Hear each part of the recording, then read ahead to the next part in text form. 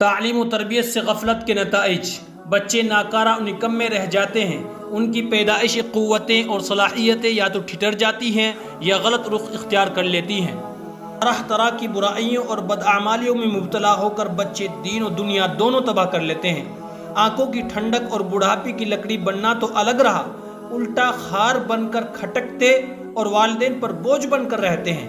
باپ دادا کی گاڑی کمائی نہایت بے دردی سے اڑا دیتے ہیں، خاندان کے چشم و چراغ ہونے کے بجائے اس کا نام ڈبوتے ہیں، اپنے خراب اسوے سے دین و ملت کو بدنام کرتے ہیں، جرائم پیشہ ہو کر سب کے لیے درد سر بنتے ہیں، ملک اور معاشرے کو طرح طرح سے نقصان پہنچاتے ہیں۔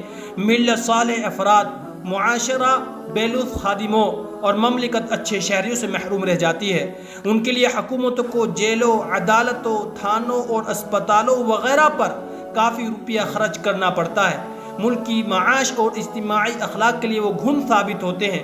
غرض جنت کے وہ پھول جو خوشبو پھیلانے کے لیے کھلے تھے اور ابتدا میں ہر ایک کی فرحت و انبساط کا ساماں تھے، غفلتوں اور کوتاہیوں کے نتیجے میں غلاظت کا ڈھیر بن جاتے اور اپنے ناقابل برداشت تعفن سے سب کے ناک میں دم کر دیتے ہیں، اور اس طرح کوتاہی اور لاپرواہی کا قدرت ہر ایک سے انتقام لیتی ہے۔